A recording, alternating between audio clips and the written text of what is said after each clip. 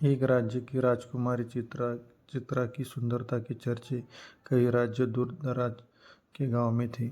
चित्रा की सुंदरता की सब कल्पना मात्र करते थे, क्योंकि आज तक उस रानी को किसी ने नहीं देखा था। रानी के पिता नहीं रहे, ना ही उनकी माता जी है। पिता की मृत्यु के बाद वह अपने ही राज्य को संभाल रही थी। वो रोज एक सभा लगाती और उस सभा को सिर्फ उसे देखने के लिए दूर दराज के गांव से कई लोग आते थे। है राजकुमार और राजा भी चित्रा को देखने आते थे। रानी की सभा रोज खुले मैदान में लगती थी। राजा और राजकुमार न सिर्फ उसे देखने आते थे, बल्कि उसके लिए कई राजा में युद्ध भी हो गया। भरी सभा में रानी एक बड़े पर्दे के पीछे बैठी रहती थी। कभी कभी जब सभा को संबोधित करने के लिए बोलती तो उसकी आवाज़ पर ही ना जाने कितने लोग श्रोता मोहित हो जाते। रानी बहुत चतुर थी। अपने राज्य पर आक्रमण ना हो जाए और कोई उसे पाने के लिए सभा में ही उसे उठा ना ले जाए, इसलिए रानी ने पहले ही सभा में यह घोषणा करवा दी थी कि वो अपने शयन कक्ष में ही बिना पर्दे के रहती है। उसके शयन कक्ष में अगर कोई अकेला आकर रानी को देख लेगा तो वो रानी उसी से विवाह कर लेगी। अगर ऐसा ना कर सके तो सेना लेकर हमें जीतने आया तो समझा जाए कि वो कायर है। रानी की चतुराई के कारण कोई भी उसे राज्य पर हमला नहीं किया करता था। रानी का शयन कक्ष किसी मधुमक्खी के छत्ते से कम नहीं था। कोई भी रानी तक अभी तक पहुंच नहीं पाया था। हर रात कई राजकुमार और साधारण व्यक्ति कोशिश किया करते, लेकिन अगले दिन उनके देह में प्राण नहीं बचते थे। कोई भी रानी के शयन कक्ष तक जाने वाले चक्रव्यूह को भेद नहीं पाया था। महल में रानी का कक्ष कहाँ है, किसी को आज तक पता भी नहीं चला था। रानी रानी के सैकड़ों पहरेदारों की नज़र से कोई नहीं बच पाया था। बस रानी की सुंदरता सबकी कल्पना में ही थी। रानी के लिए ना जाने कितनों ने अपने प्राण गंवा दिए, लेकिन कोई भी रानी की सुंदरता को देख नहीं पाया। उसी राज्य में एक युवक था जिसका नाम था सरस। युवक बड़ा ही साधारण था, लेकिन बुद्धिमान था। उसे इस तरह की एक स्त्री के लिए लोगों को मरना बड़ा दुखी करता था। वो कई को समझाता था कि दिन रात एक न देखी अनदेखी रानी की इतनी चर्चा करना बेकार है, लेकिन शायद ही वो किसी को समझा पाया हो। एक सुबह उसके गांव का एक नवयुवक रानी को देखने की चेष्टा में अपने प्राण गंवा बैठा। वो युवक सरस का मित्र भी था। उस दिन से वो रोया और मन मन में बस गया, विचार कर रहा था कि इसका अंत अब कैसे होगा। फिर उस युवक ने पूरी रात्रि विचार किया। सुबह वो रानी की सभा के बाद पहरेदार के प्रमुख से मिला। कहा कि वो रानी को सेवा में शामिल होना चाहता है। उस प्रमुख ने उससे कहा कि यह तुम्हारे बस का काम नहीं है। तुम्हें देखे ही जान लिया कि तुम युद्ध के लिए नहीं बने हो। सरस बोला कि वो उसे किसी भी काम के लिए रख लीजिए। सरस बोला कि वो अच्छा भोजन बना सकता है और पहरेदार को रात्रि में अन्न पानी तो चाहिए ही होता है। वो जी जान से सेवा करेगा। इस तरह से बातें करके वो सेना सेना के लिए भोजन पानी की प्रबंध करने के वाले समूह में आ गया। करीब 6 माह तक वो मन लगाकर सेवा करता रहा। इस दौरान रानी को देखने की चाह के लिए युवक भी आते रहे, अपने प्राण गंवाते रहे। फिर एक रात्रि लगभग 2 बजे उसने रसोई घर में खीर बनाई। सभी पहरेदारों को खीर वितरित की। कई ने मना किया कि उन्हें सचेत रहना की, लेकिन उसने कहा कि आज कोई नहीं आने वाला, क्योंकि रात चांदनी है और कोई मूर्ख ही आ जाएगा। सभी पहरेदार को उसने खीर खिला दी। खीर खाने के कुछ समय बाद ही सब मूर्छित हो गिर पड़े। सरस ने खीर में बेहोशी की दवा मिला दी थी। सरस अब रानी कक्ष ढूंढने लगा। 6 माह से वो यहाँ है, लेकिन इतना सख्त पहरा और पाबंदी है कि उसे भी पता नहीं है कि रानी किस कक्ष में सोती है। कुछ समय बीत जाने के बाद सरस को अब चिंता होने लगी क्योंकि नशे की दवा का असर कभी भी समाप्त हो सकता था।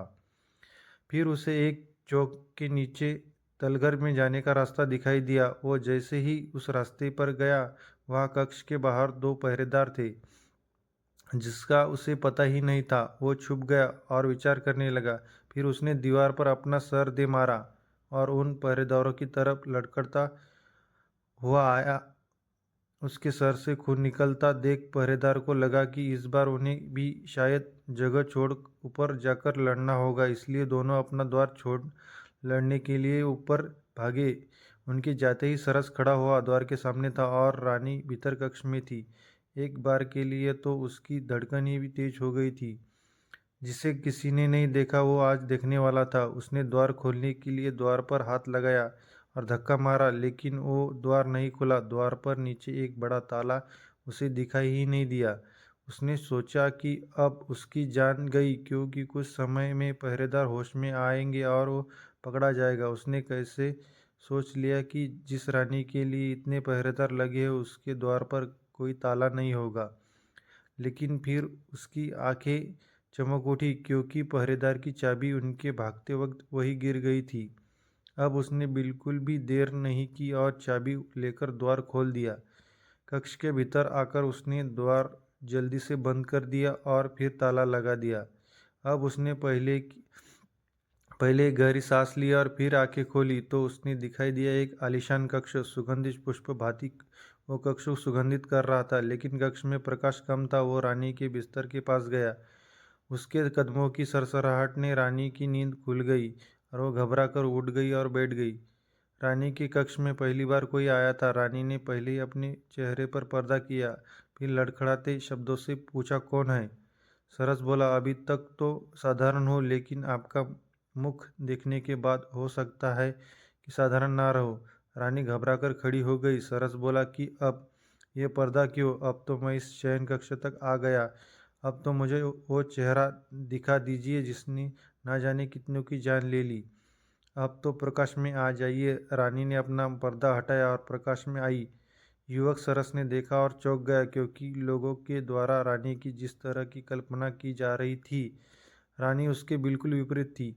रानी का रंग साफ नहीं था और ना ही चेहरे पर आभा थी।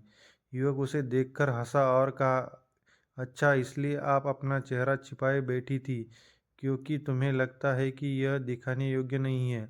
रानी अब सर नीचे कर चुपचाप युवक की बातें सुन रही थी। फिर रानी कहती है, सुंदर स्त्री ना हो तो कौन विवाह करता है? क्या तुम मुझे देखने के बाद मुझसे विवाह करोगे? तुम पुरुष किसी तरह की स्त्री चाहते हो मुझे पता है। जरा सोचो, एक अकेली स्त्री, वो भी अगर सुंदर ना हो तो कैसे और कब तक अपने राज्य को बचा पाती? यह मेरी चतुराई है कि मैं अभी तक रानी हूँ, किसी के अधीन नहीं हूँ। सरस बोला, तुम्हारी चतुराई ने ना जाने कितनों के प्राण लिए, तुम्हें पता है? रानी बोली, प्राण मैंने नहीं, उनकी सुंदर स्त्री की चाह ने ले लिए। तुम बताओ, अगर तुम पहले ही जानते कि मैं सुंदर नहीं हूँ तो क्या अपने प्राण की बाजी लगाकर यहाँ तक आते?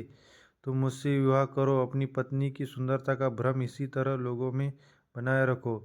तुम्हारा भी मान बढ़ेगा और जिसे कोई नहीं पा सका उसे तुमने पा लिया। सरस कुछ बोलने लगा, सोचने लगा। उसे सोचता देख रानी कहा कि तुम यहाँ से जीवित नहीं जा सकते। तुम्हें वही करना होगा जो मैं कह रही हूँ। सरस मुस्कुराते हुए बोला, हाँ, मैं तुमसे विवाह जरूर करूँगा। रानी उसकी बात सुनकर खुश हुई, लेकिन उसकी खुशी ज़्यादा देर तक नहीं रही। सरस ने एक कपड़ा निकाला और रानी के मुंह पर रख दिया।